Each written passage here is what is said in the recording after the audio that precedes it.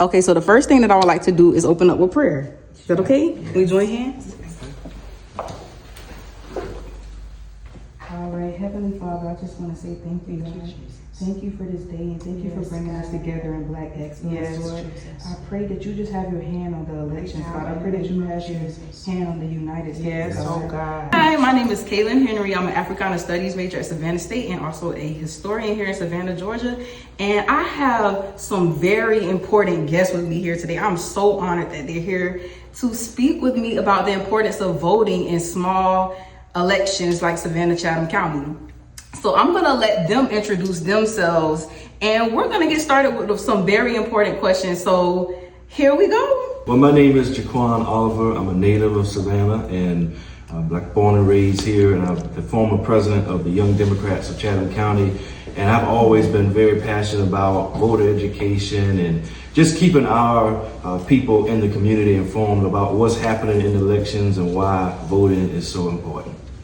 Yes, and my name is Tara Scott Brown, and like Jaquan, I am a native of Savannah. I graduated from Savannah State University. At the time it was college, but I majored in political science. I went on to have studied higher education, student services at the Georgia Southern University.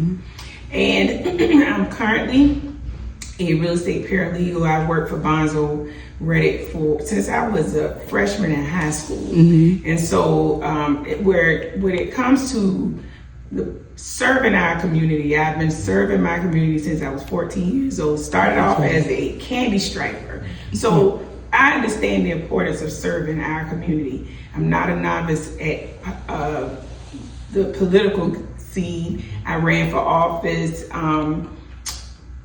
probably about 20 years ago. I ran for clerk of Superior Court, and we had about 80,000 voters that participated in that race.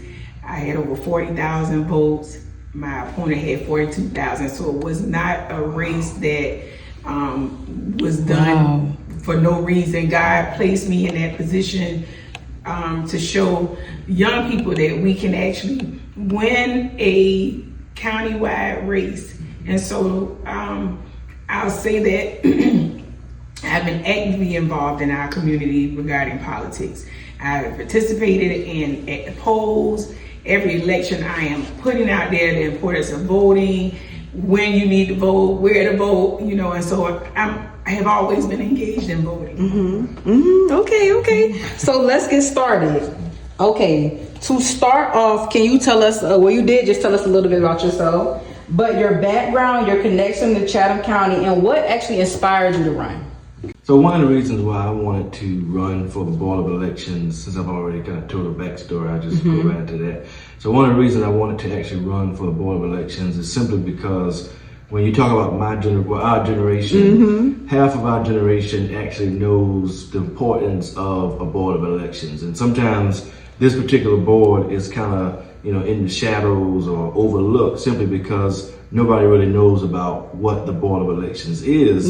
But I will say that when you talk about the Chatham County Board of Elections, it is a crucial board simply because it oversees all of our elections. It makes different decisions on important, different decisions on things that's taking place. And so one of the reasons I want to simply run is to keep our generation informed, to educate them, and to, let them know the importance of why we need to get involved and, stay active in our voting history in the county. So, but one of the reasons I would like to be a member of the Board of Elections is because it's one of the most important offices in this part of the political scene. The Board of Elections is so important, where it could be something really small as the company that's going to pick up the voting machines at the end of the election night. We're talking about, we're in an environment where our votes are actually stolen. And so we want to make sure that the voting process is filled with integrity and honesty, that we're educating our public where they should vote. If their precinct is going to change locations, they need to know well before the elections. That's early voting as well as the general election. So we want to be sure that our community is has all of the information. Now you have the decision. You choose whether you're going to vote, whether you're going to participate in the process. But we want to make sure it won't be because they didn't have the information. So, and you guys both of y'all made very important points of just saying the lack of knowledge when it comes to the Board of Elections, because me personally, I did not know what that was. And I didn't know what that was until I saw y'all face. So I'm like, okay, I see two African Americans, which, you know, we've already came so far when it comes to voting. We've already fought for this. And nowadays our generation doesn't really see the importance of that. And we don't know our history, and we don't know the importance of what it is to vote. I did not know what the Board of Elections even was, but I'm so glad that you guys are here to speak about what it actually does. So the Board of Elections basically educates you in all things voting, like it tells you the dates, where you can vote. That's what the Board of Elections basically is. Okay. They have the power to close a polling precinct. They have the power to assign a site for a precinct. They have the power to place out volunteers at these polling sites. It's all about the process. That's a lot of power. In collaboration with the Board of Registrars. Okay. Oh, wow. Okay.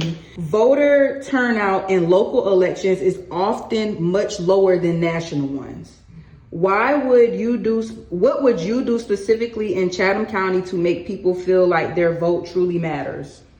I think that is what we've already been doing. We want to push the message that every election is important. Every single race is important. Every single race is important. So not just because the president, this is the year to vote the president in, but we all understand that if the president, the majority rule president, doesn't have the majority in the House and the Senate, both in the government, in the governor's mansion, as well as the United States, 1600 Pennsylvania Avenue. It causes problems. Yes. So if he doesn't have the people that's going to help him get his agenda or her agenda across, it kind of stalls the ruling party's program. So we're the ruling party. I'm saying the Democrats are the ruling party. And we need other Democrats to be able to assist the Democratic president. Okay. To really see the impact. Yes. So just a quick question, because you mentioned the term Democrat. And like we said, our generation, we have to just be intentional about educating them. What is the difference? What is a Democrat? So when you say Democrat, basically speak a little bit of simple terms of what is a Democrat? How can you identify as a Democrat? How do you know that, hey, I'm a Democrat, or how do you know, hey, I'm a Republican? Well, you go ahead. I was going to add this. When I think of a Democrat, project your voice. When I think about a Democrat, I think of, transformative future. Think of, just really outside of the box. When I think of Republican, just be transparent, I'm thinking, we going back to the 60s. Conservative. Conservative. They're trying to take us way back there. They're trying to take us way back before that. Because you see what they're doing. They're doing things like, with today, they're trying to dig up laws that contribute to our rights of voting. They're trying to take away our right to vote again. Women, exactly. And especially. So thank you for basically simplifying that. A Democrat is maybe somebody who may be interested in just like new things, a little bit more liberal, a little bit more fluid. And I would not say that all Democratic candidates or Democrats, and we're going to stick with the Democrats. I'm not saying that they're all who we would want to have in office. Right. I always look at it the lesser of the two evils. Because a lot of us are out of the alignment of God. And we're not doing the things that God is requiring of us. But we're supposed to be God's hands, his eyes, his feet. And so we're to take care of the poor. So I'm looking at the two parties. Who is more likely to take care of the poor? Because the poor people are a big part of The Democratic the Democratic Party in the world, period. Everybody is not rich. The Bible says that the poor are always going to be amongst us. We are supposed to take care of them. Yes, we are. And so, so that's why I'm going to say the Democrats, because this party is more likely to take care of those who are in need. I said the least and the left out. Yes. Okay, so the minorities. Yeah. We feel like Democrats stand for minorities, people of color, people of different religions, people of different races versus Right. being black and white. It's not very black and white. I really try to get away Not just from the black. minority because as it states right now, the people of color are the majority. So we've been trained in our minds to believe that we're the minority, but that's why there's so much fighting, for the Democratic vote, those people to come over to that side. And you said a special word. You said trained. Our minds are trained. Yes. But actually, if you look at it, if you look at food stamps, there's more white people on food stamps than there is black people, and that's just facts. Sorry. And it Not sorry. Honestly, it may have always been like that. Yes, but they want us to believe that we're the only people of color are the only ones that need these resources. So now that the resources, we're at a even playing field right now, because the people who you thought needed the resources are not the ones that actually need it.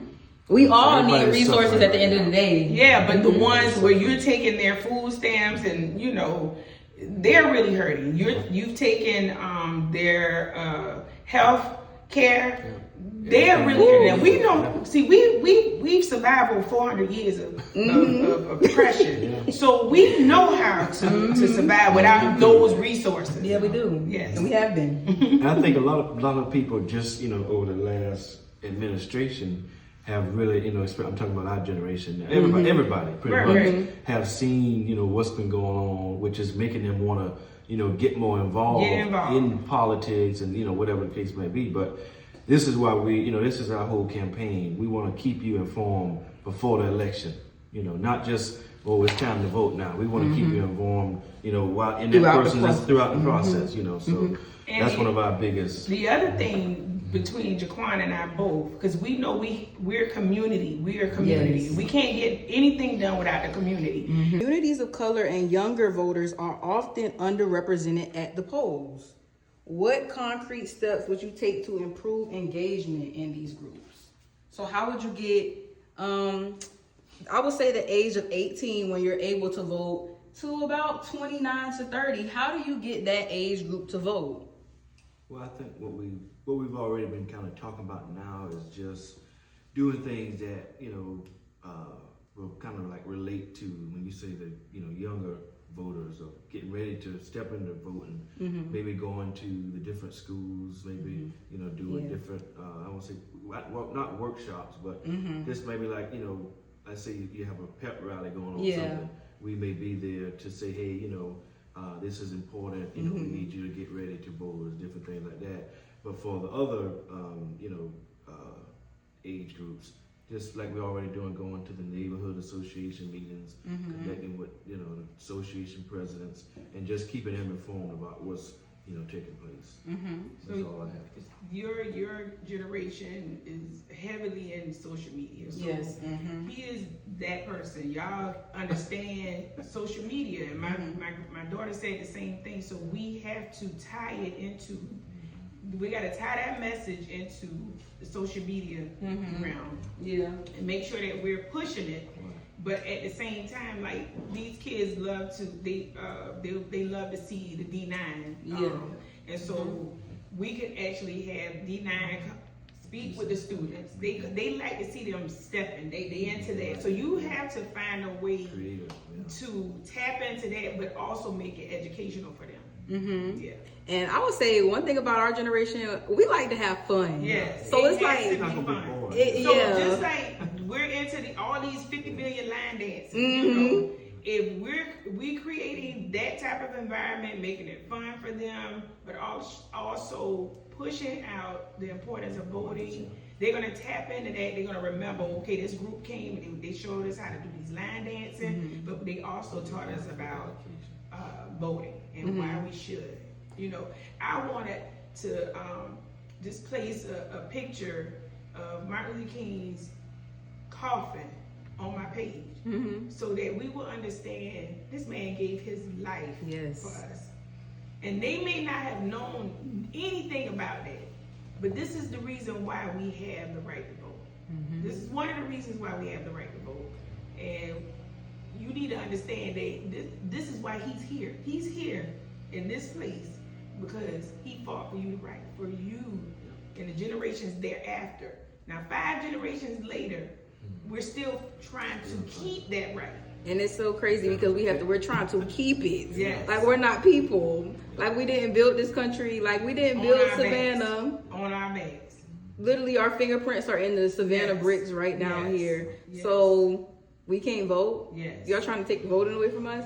Okay, so I'm hearing y'all say that you want to engage in pep rallies, you want to engage in things like that. But how do you plan to get us there? You know what I'm saying? Because what is it? We can see your social media posts because, of course, obviously I've seen it, but everybody may not be as engaged or passionate. It's going to take the community. It is. It's going to take the community. Every organization has a group that they're working with young people.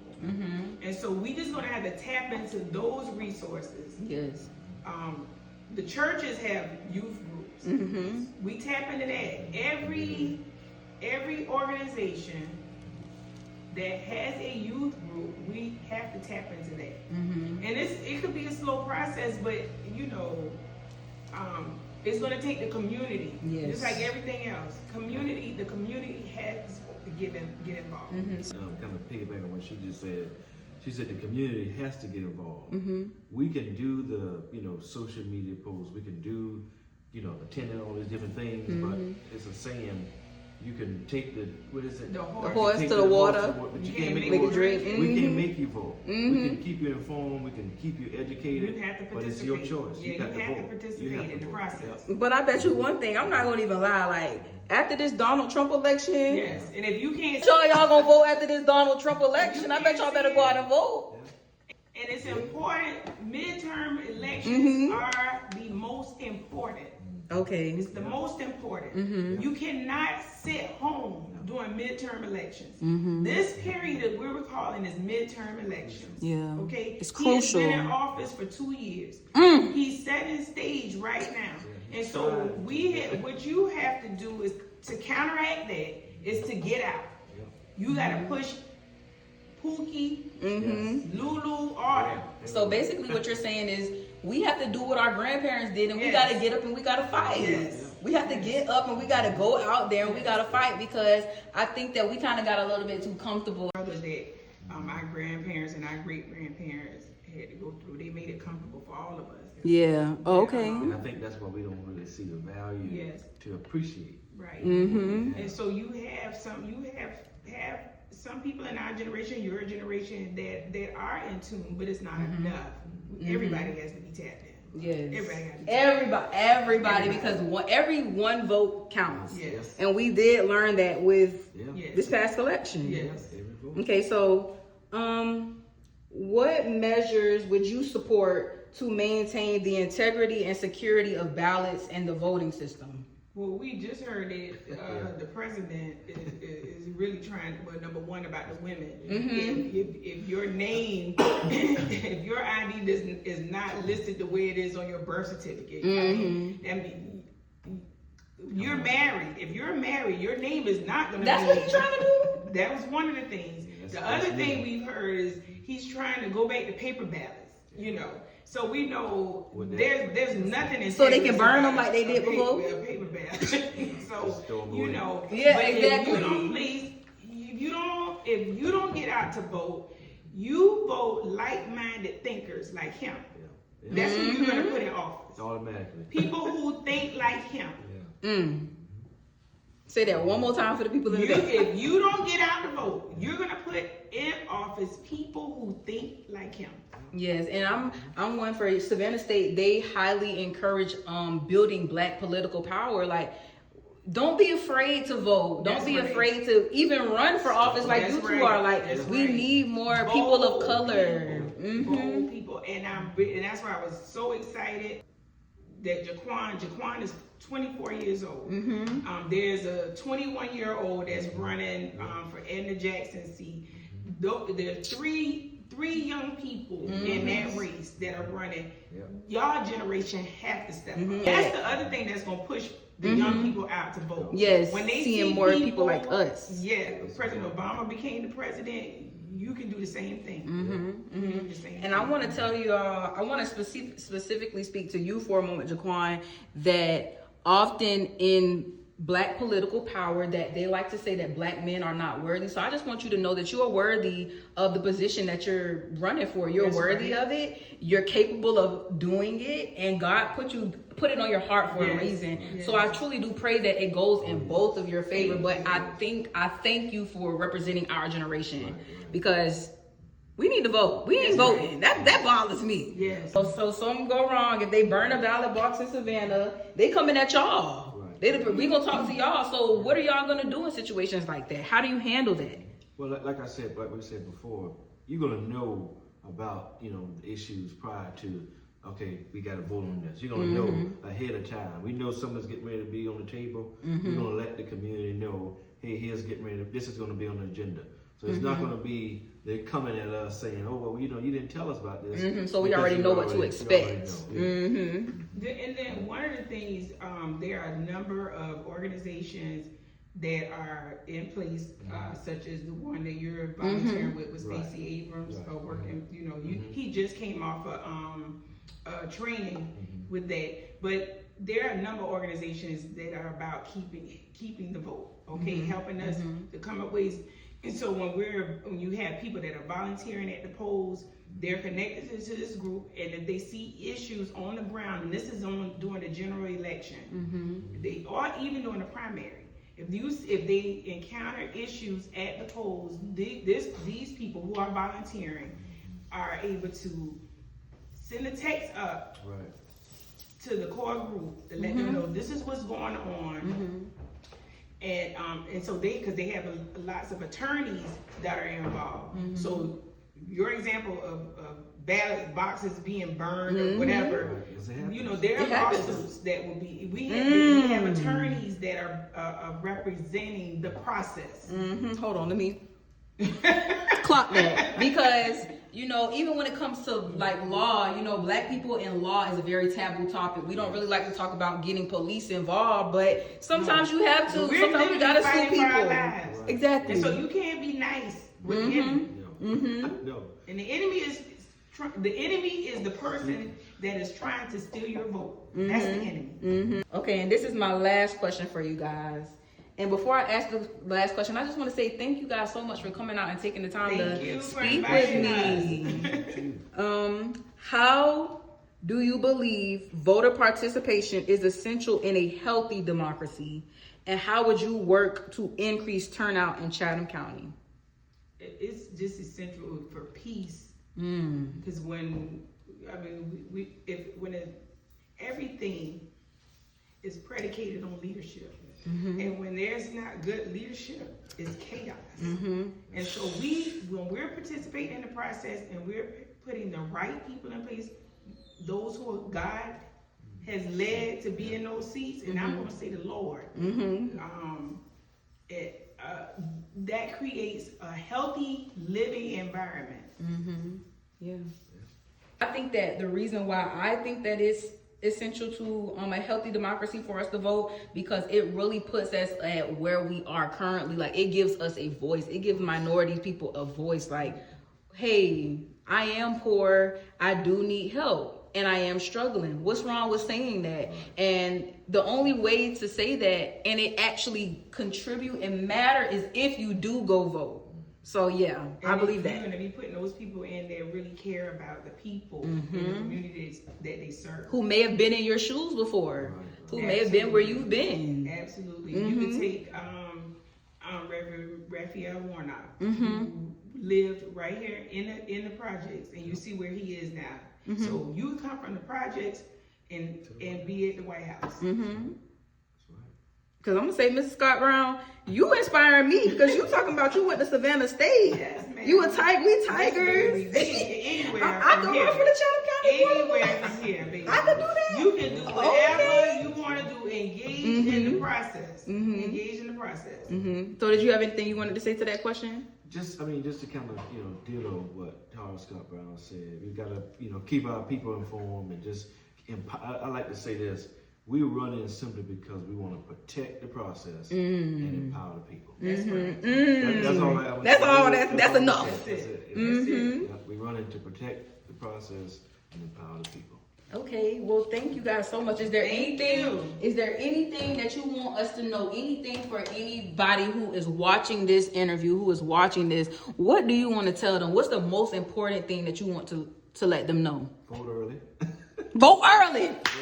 Vote early. Early voting starts April 27th. And do not allow anyone to let you leave and you have not been able to cast your vote.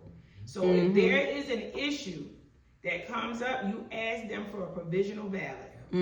Okay. Okay? You don't ever leave a poll and not vote. I'm so grateful that they came and spoke with me. And y'all, please go out and vote. Yes. Don't have them talking to y'all for nothing. They are here for a reason. They're here to educate you. They're here to let you know the importance of voting. So please don't wait till it's too late. Like Jaquan said, vote early. We've given you the information. We've given you the facts. So thank you for watching this video and enjoy.